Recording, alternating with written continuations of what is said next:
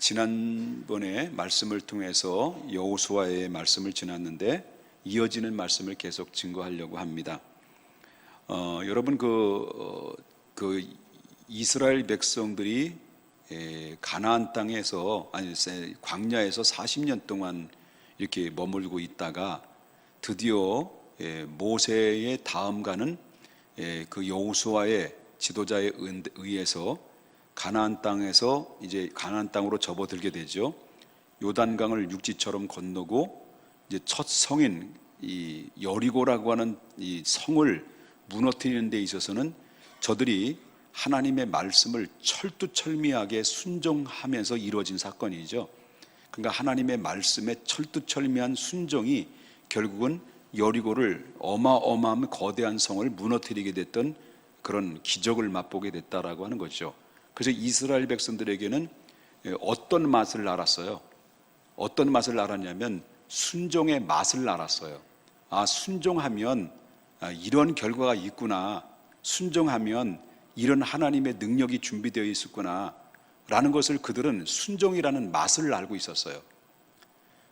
근데 이제 성공했어요. 정말 기적을 맛봤죠. 그들이 할 수 있는 일은 소리밖에 안 질렀어요.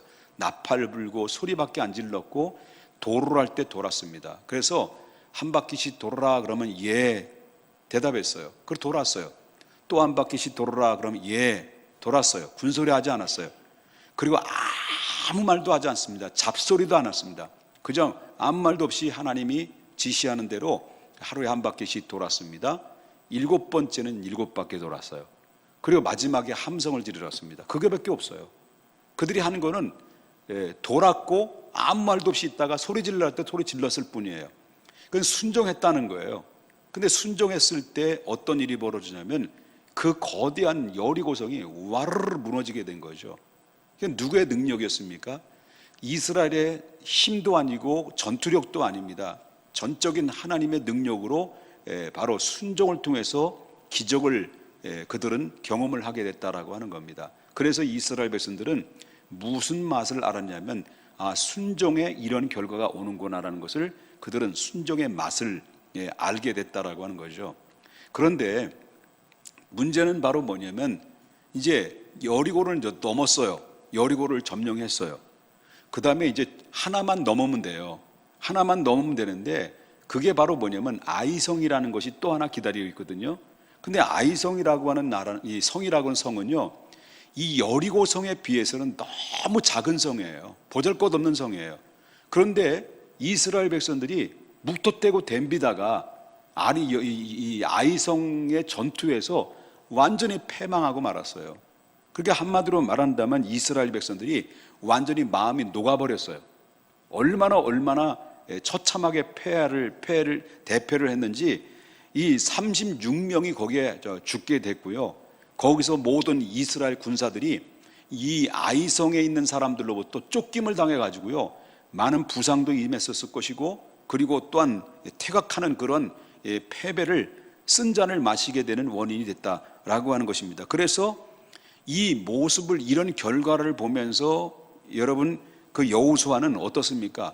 여호수아와 장로님들이 그냥 옷을 찢고 여호와의 궤 앞에 벗개 앞에 머리에 티끌을 뒤집어 쓰면서 막 날이 저물도록 계속 마음을 찢고 옷을 찢고 머리에 재를 뒤집어 쓰면 그 행위를 계속 언제까지 했습니까? 날이 접을 때까지 한 거예요. 슬픔에 젖어가지고요. 왜 이런 일이 발생되는지. 그래서 여호수아가 너무너무 낙심돼 가지고요. 뭐라고 하나님께 호소를 했냐면 하나님 차라리 요단강 동편에 있었으면 좋았을 뻔했습니다. 그리고 왜 가나안 땅에 와서 이렇게 대적 앞에서 우리가 패해야만 하겠습니까? 가나안 사람이 우리를 우습게 여기고 죽이면 우린 주님의 영광 가릴 것이 뻔할 텐데 왜 하나님은 우리를 이렇게 고통을 안겨주셨습니까? 라고 하나님 앞에 하소연의 기도를 올리죠. 본문에 나오는 말씀이 그 말씀이 나오죠. 그때 하나님이 뭐라고 말씀하셨을까요? 이 아이성 전투에 패한 이유에 대해서 하나님이 말씀하셨어요. 그 말씀이 바로 뭐냐면 10절 말씀부터 11절에 나오는 말씀이죠. 10절에 뭐라고 나오냐면 여호와께서 여호수아에게 이르시되 일어나라. 어찌하여 이렇게 엎드렸느냐. 그 다음에 이스라엘이 어떻게 됐다라는 거죠? 이스라엘이 범죄했다는 거예요. 이스라엘이 범죄했는데 그 범죄가 바로 뭐냐면 내가 그들에게 명령한 나의 언약을 그들이 어겼다는 거예요. 첫 번째는 명령하는 것을 어겼다. 다시 말한다면 하나님과의 약속의 관계거든요. 인류의 시조가 왜 이렇게 죄를 져가지고 인류에게 아픔을 줬느냐면 아담과 하나님과의 관계 언약을 맺었는데 그 언약을 무시했기 때문인 거예요. 하나님은 한번 약속한 것은 절대로 변개시키지 않는 분이에요. 왜? 공의로우신 분이기 때문에 그렇다는 거죠. 그런데 하나님이 한번 약속한 것은 하늘이 두 조각이 나도 그 약속을 어기지를 않으셔요. 정하면 그게 약속했으면 그걸 꼭 지켜야만 되는 것이 하나님의 원칙인데, 근데 누가 어기는 거예요? 자꾸 하나님을 잘 섬기고 하나님을 잘 섬겨야 될 하나님의 백성들이 하나님의 언약을 자꾸 깨트리니까 문제가 발생된 거예요. 죄가 들어온 거예요. 죄가 들어오니까 결국 인생은 실패할 수밖에 없는 원인이 됐다라는 거죠. 그래서 하나님의 약속을 어겼다. 그리고 또 한 가지는 그들이 온전히 바친 물건, 일단 하나님께 바쳤어요. 하나님께 바쳤는데 그거를 바친 것을 도로 어떻게 했다는 거냐? 도둑질했다는 거예요. 일단 바쳐놓고 도둑질했다라는 거예요. 그래서 결국 하나님을 속이고 물건을 얻다 숨겨놨다라고 하는 거죠. 그래서 하나님께서 이 여리고를 공격할 때 어떻게 하라고 그랬습니까?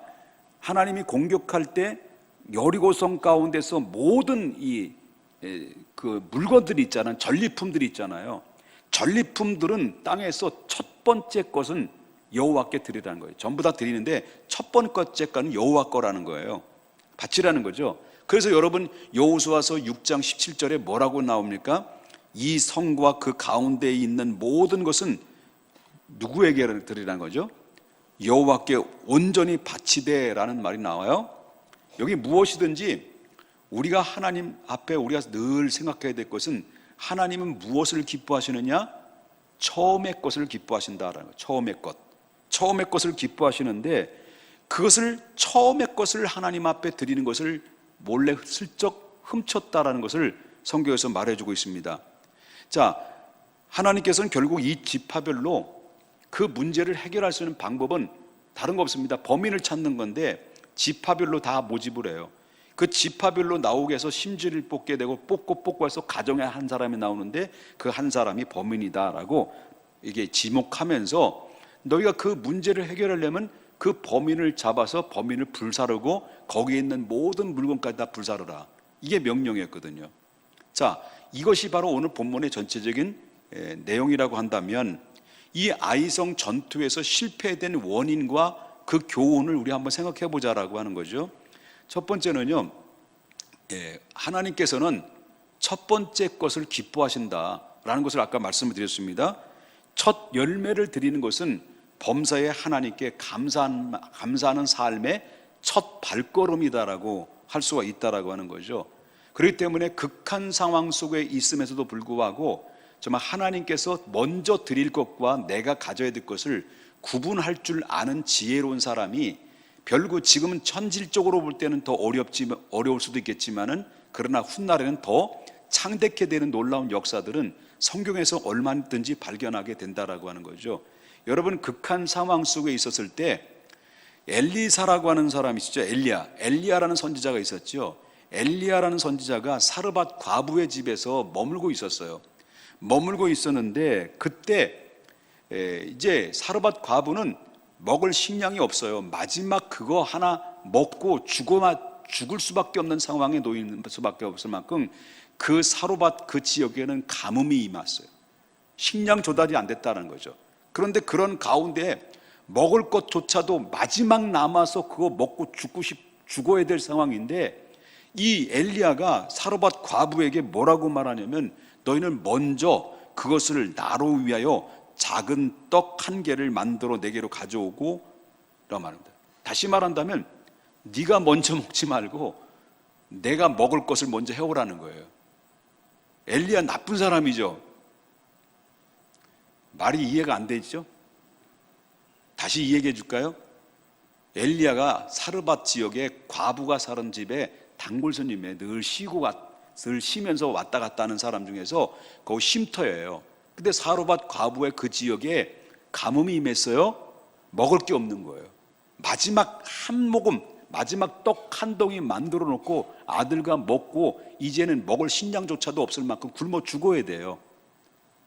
그런데 엘리야가 온 거예요. 엘리야가 와서 뭐라고 말하냐면 먼저 나에게 떡을 만들어 달라는 거예요. 너 먹지 말고. 이해되셨어요? 그러면 이 엘리야가 좋은 사람이에요? 나쁜 사람이에요? 인간적으로 볼 때 아주 나쁜 사람이죠. 나빠도 보통 나쁜 사람입니까? 아니, 예? 그거 남아 한 주먹만큼 남은 양식을, 예? 그것도 먹고 죽어야 되는데 다음에는 먹을 것도 없는데 그걸 먼저 떡을 만들어서 자기한테 달라고 하는 거예요. 여기 성경에 보니까 열왕기상 17장 13절에 중반부에 보면 먼저라는 말이 나와요. 먼저. 그죠? 엘리야가 그에게 이르되 두려워 말고 가서 내가 내 말대로 하려니와, 그 다음에 뭐가 나와요? 먼저가 나와요? 나중에 나와요? 먼저가 나와요. 먼저 그것으로 어떻게 하라는 거예요? 나를 위해서 작은 떡 한 개를 만들어 와라. 그런 얘기를 해요. 그러면 그 후에 내가 아들을 위해서, 그 다음에 아들을 위해서 아들을 위해서 만들 게 어디 있다고. 그럼 다 홀랑 다 털어넣으면 아들 먹을 게 없는데. 그런데 이 사르밧 과부는요, 그 말씀 앞에 먼저 누구를 대접했다는 거예요? 그 누구의 말을 순종했다는 거예요? 엘리야의 말을 순종했다는 거예요. 순종했다는 거예요. 그런데 그 사르밧 과부는 뭘 못했냐면 먼저 할 것과 나중에 할 것을 정확하게 구분해서 그것을 하나님의 말씀으로 받아들였다는 거죠. 그걸 하나님 말씀으로 받아들였다는 거죠. 그래서 결국 어떤 일이 벌어지냐면, 결국 엘리야가 그 말을 하고 너의 가족에 여호와께서 너의 비를 지면에 내릴 뿐만 아니라 그 다음에 통에 가루가 떨어지지 아니하고 그리고 기름병의 기름이 마르지 아니하게 될 것이다 라고 하는 말씀을 하셨는데, 엘리야가 말씀했던 것처럼 그대로 그렇게 먼저 할 것과 나중에 한 것을 말씀을 그냥 순종하고 처음의 것을 드렸어요, 엘리야에게. 그런데 결국 하나님께서 놀랍게도 힘들고 그런 어려운 와중에서도 하나님 것을 하나님의 마음으로 섬겼던 그 사르밧 과부에게 정말 기름병에 기름이 떨어지지 않고 그 가루에 음식의 가루가 떨어지지 않을 만큼 하나님께서 차곡차곡 빼곡하게 채워주시는 하나님의 놀라운 역사가 임하게 됐다라고 하는 것이죠. 이게 바로 뭐냐면 하나님 앞에 이 처음의 것, 먼저 드리는 이 부분에 대해서 오늘 강조하고 있다는 것을 보게 됩니다. 그래서 주님께서 말씀하시기를 먼저 뭐라 합니까? 너희는 먼저 그의 나라와 그의 의를 구하라. 먼저라는 말이 나와요. 이게 먼저라는 것은 우선순위가 뭔가를 정확하게 우리가 생각해 볼 필요성이 있다는 거죠. 여러분, 인생을 드릴 때도요, 미래보다도 현재를 드려야 된다는 거예요. 미래보다 현재를 드려야 된다는 말이 무슨 말이냐면, 인생의 황금기가 있었을 때 그 황금기에 다 술 먹고 타락하고 못된 짓 하고 방탕한 삶을 다 허비하고 난 다음에 이제 병들고 직장 잃어버리고 힘없고 다 쓸 때 다 허비해버리고 남는 건 힘도조차도 없는 그때 비로소 주님 뜻대로 내가 살겠습니다라고 뒤늦게 미래를 하나님 앞에 드리겠습니다라고 이렇게 이야기한다고 한다면요, 하나님은 별로 기뻐하지 않는다라는 거예요. 옛날에 저희 신학교를 공부할 때 대부분 이제 신학에 들어오는 친구들은 20대 초반에 들어오던가, 저는 이제 26에 이제 신학을 했습니다만은 늦게 하는 경우도 있어요. 근데 대부분 20대 아니면 이제 군대 갔다 와서 신학을 하는 분들이 대부분인데, 어느 우리 그 신학 신학부에 신학과에 나이 50이 넘은 사람이 들어온 거예요. 50이. 그럼 어떻게 왔느냐 그럴 때 여러 가지 별거 다 해봤다는 거예요. 뭐 사업도 해보고 직장도 해보고 뭐 별거 다 해봤는데 하는 것마다 실패한다는 거예요. 그 하는 것마다 실패해가지고 그래서 이건 내 인생이 이렇게 자꾸 꼬이는 것은 하나님이 나를 주의 종이 되라고 하나님이 부르신가 보다 라고 해가지고 혹시 내가 주의 종이 목회자로서 불러주지 않았는가 해가지고 신학교를 들어왔다는 거예요. 그런데 이 교수님이 그분이 어떻게 해서 들어오는지는 모르지만 교수님이 아주 싫어하더라고요.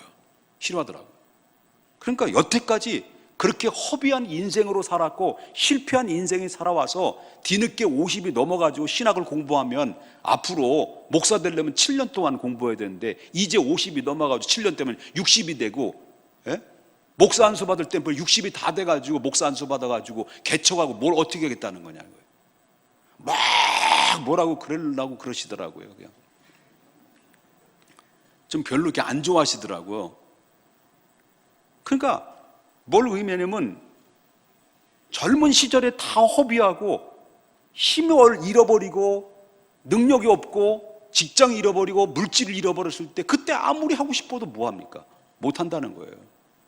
그러니까 우리가 하나님 앞에 주신 이 젊음, 하나님 주신 좋은 기회, 이때 하나님 앞에 드리는 인생은 정말 훗날에도 하나님께서 놀랍게도 인도하신다는 것을 여러분 보게 된다는 거예요. 믿습니까? 우리의 인생에 드릴 때도 마찬가지예요. 미래보다도 현재를 드려야 돼요. 지금 시간도 마찬가지예요. 지금 시간도 지금을 허비하면, 지금 만약에 우리가 허비한다면 내일은 우리가 받아야 될 축복은 잃어버릴 수밖에 없다는 거예요. 그래서 하루하루 우리의 주어진 하루하루의 삶이, 특별히 우리 20대의 친구들은 정말 저는 우리 교회 친구들, 젊은 친구들 보면 너무 부러운 거예요. 너무 부러운 거예요. 저는 학생 시절도 없었어요. 그냥 학교를 안 다녔다는 게 아니고요, 학교를 다닐 때 너무 많은 허비하는 인생으로 살아왔어요. 그 다음에 청년 때도요, 그냥 물론 뭐 학생 때부터 교회를 다녔지만 정식으로 예수님을 영접하지 않았거든요. 그래서 제 24살에 주님 영접했어요. 24살에 주님 영접해가지고 25세 열심히 하고 26세 그냥 거듭난 지 1년 6개월 만에 신학을 한 사람이에요. 그러니까 신학교 가가지고 배운 것이 별로 없고요, 내보다도 어렸을 때부터 신앙생활했던 그 친구가 있었어요. 그 허기성이라는 친구가 있는데, 이 사람은 경기 고등학교 나온 아주 정말 머리가 똑똑한 친구인데, 이 친구를 졸졸 따라다니면서 내가 신학 공부했다니까요. 이 친구가 없었으면 내가 이 신학을 제대로 공부를 못했어요. 교수가 가르치는 것은 도대체 무슨 말인지 몰라가지고요. 근데 이 교수님이 내 친구 되는 이 허기성이라는 이 교주는요, 얼마나 아주 쉽게 잘 가르쳐 주는지 몰라요. 그런데 우리 교회 아이들 보면 주일날 와서, 아니면 또 성탄절에 와가지고 밤새서 이렇게 밤을 새면서 서로 영적인 대화를 나누고 차찌기 사찌기 뽕 뭐 하면서 뭐 이렇게 게임도 하고 이런 모습들을 보니까요, 내가 저 시절에 뭐 했느냐 도대체. 매님 담 넘어가지고 까치담배나 피고 다니고 아이고 왜 이래. 여러분, 이렇게 너무 솔직해서 죄송합니다만은 그렇다고 항상 그렇게 방탕한 삶은 살은 것만은 아니에요. 공부도 열심히 했어요. 열심히 하면서 까치담배 폈다는 거예요. 이렇게 허비된 젊은 시절에 허비된 시간, 이런 시간들을 보내니까요, 미래가 쌓아놓은 게 없는 거예요. 내가 하나님 앞에 받아야 되는데 이 젊었을 때 쌓아놓은 게 없다 보니까 결국은 받아야 될 것은 아무것도, 순익 계산서를 딱 보면은 남는 게 없는 거예요.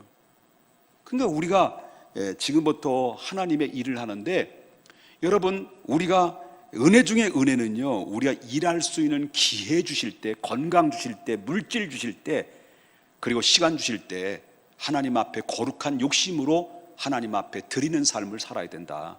그런 얘기를 제가 하고 싶은 거예요. 믿습니까? 그렇기 때문에 여러분 주일날 이 2018년도에 여러분 이것 좀 하십시오. 하나님이 당신에게 이런 은사를 주셨는데 이런 은사를 가지고 하나님 앞에 영광 돌리십시오 라고 한다면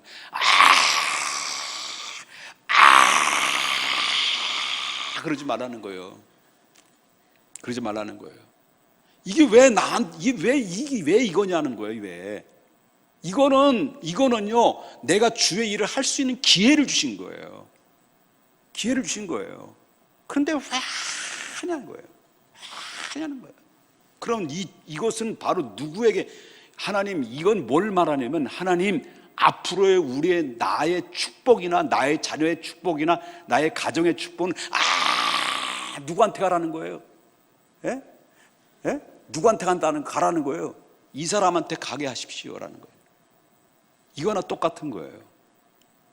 여러분, 오늘 심지 않으면 내일은 보장받을 수 없는 거예요. 자, 또 한 가지만 드리고 마칠게요. 이스라엘이 여리고의 승리에 도취됐어요. 승리에 도취돼가지고 순종을 통해서 처음에 맛을 느끼면서 너무너무 좋았다는 거예요. 그런데 아이성에서 아주 비참하게 대패를 했어요. 여러분, 여리고성에 비하면 아이성은요, 자그만 아이와 같은 거예요. 그러니까 이스라엘 백성들은 그런 작은 아이와 같은 작은 성에 살고 있는 사람들을 우습게 본 거죠. 알길 드문드문하게 여긴 거죠. 그런데 이스라엘 백성들이 전투에서 그 아이성 전투에서 대패하고 말았다라고 하는 거예요. 이건 뭐 같으냐면요, 누구와 싸움 같으냐면 어린 소년 다윗과 골리앗과의 싸움 같은 거예요. 그러니까 이건 뭐 같으냐면 20살짜리하고 10살짜리하고 싸우는 것 같은 거예요. 여러분, 20살짜리하고 10살짜리하고 싸우면 누가 이겨요? 20살짜리 이기잖아요. 근데 10살짜리 이겼다는 거예요. 아이성 전투하고 이스라엘하고는 이렇게 비교가 안 될 수밖에 없을 만큼 정말 하나님이 함께 하시는 놀라운 역사의 능력이 있는데, 그들은 어떻습니까? 10살밖에 안 되는 작은 아이성 앞에 처참하게 무너지고 말았다는 것을 우리가 보게 된다는 거죠. 이 패배의 원인이 뭘까요? 아주 작은 성, 아이성을 살고 있는 사람들을 우습게 여겼다는 거죠. 전혀 준비되지 않는 상태 속에서 하나님의 뜻도 구하지도 않고, 옛날에는 모든 그 여리고성의 전투에는 모든 것이 매사에 하나님이 돌라, 예, 소리내지 마라, 예, 나팔을 불러라, 예, 소리 함성 질러라, 예, 그거밖에 안 했어요. 그래, 하나님의 늘 뜻을 물어보고 하나님의 지시에 따랐는데, 여기 아이성 전투에서는 하나님의 지시를 따른 적이 없어요. 일방적으로 자기 뜻대로 자기 멋대로 행동을 해서 결국 전투에서 패배하고 말았다는 것을 우리가 보게 된다는 거죠. 우리가 알아야 될 것은 바로 뭐냐면, 우리가 승리하는 순간, 바로 그 순간, 그 승리의 바로 그 직후, 그 순간이 가장 위험한 그런 순간이라는 것을 알아야 된다는 거예요. 우리가 축복받았다고요? 좋습니다. 축복받는 거 좋지요. 축복받았다고 생각하는 바로 그때가 더욱더 자신을 어떤 때입니까? 겸손하게 성찰하고, 그리고 감사하고 기도해야 될 때라는 것을 알게 됩니다. 사실은 모든 기도와 응답의 형통의 축복은 다 하나님이 주신 거예요. 그런데 하나님의 영광을 도둑질하고, 그리고 하나님이 그 은혜와 사랑을 전부 다 잃어버리고, 하나님의 인도함을 잃어버리고 자기 멋대로 행동하다가 결국은 패망하는데, 이게 바로 뭐냐면 교만이라는 거예요. 교만은 그래서 패망의 선봉이라고 이렇게 했습니다. 무엇이든지 잘 하는 것이 있을 때, 무엇이든지 잘 풀려질 때, 내가 하나님의 복을 많이 받았을 때, 내가 무엇이든지 내가 성취감을 가졌을 때, 그때 우리는 가장 더욱더 겸비하고 어떤 고백을 해야 됩니까? 내가 이렇게 오기까지는 에베네셀 하나님이 인도였습니다. 하나님 사랑이었습니다. 하나님 축복이었습니다. 하나님의 기적이었습니다. 이렇게 감사로 하나님 앞에 나와야 되는데, 내가 뭔가 성취되고 나서, 내가 뭔가 승리하게 나서, 내가 목적이 이루고 나서, 축복을 받고 나서, 그때서야 비로소 어떻습니까? 다 됐다라고는 자만심과 교만이 결국 무너지는 그런 결과를 얻게 됐다라고 하는 것을 우리가 보게 된다라고 하는 거예요. 믿습니까? 2개가 더 준비됐는데 2개는 다음 주에 말씀을 드릴게요. 그래도 되죠? 서운하신 것 같아. 저 할까요? 2가지 잊지 마십시다. 아이성 전투에서 무너진 것은 하나님 것과 내 것을 구별하지 않았고, 그 다음에 중요한 것은 하나님의 내게 주신 좋은 시간들을 정말 현재에 내가 주어진 모든 시간들, 하나님이 주신 기회, 하나님 주신 건강, 하나님 주신 시간, 하나님 주신 젊음, 이런 놀라운 축복받을 수 있는 기회에 열심히 뿌려놓으라는 거예요. 열심히 심으라는 거예요. 그래야 미래가 하나님의 보장받을 수 있는 미래로 하나님 앞에 나갈 수 있다.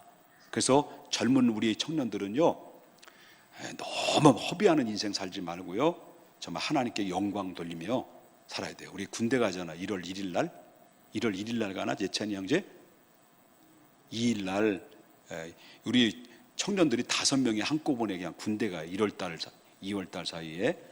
그런데 가면 처음의 것을 딱 조심해야 돼. 첫 잔,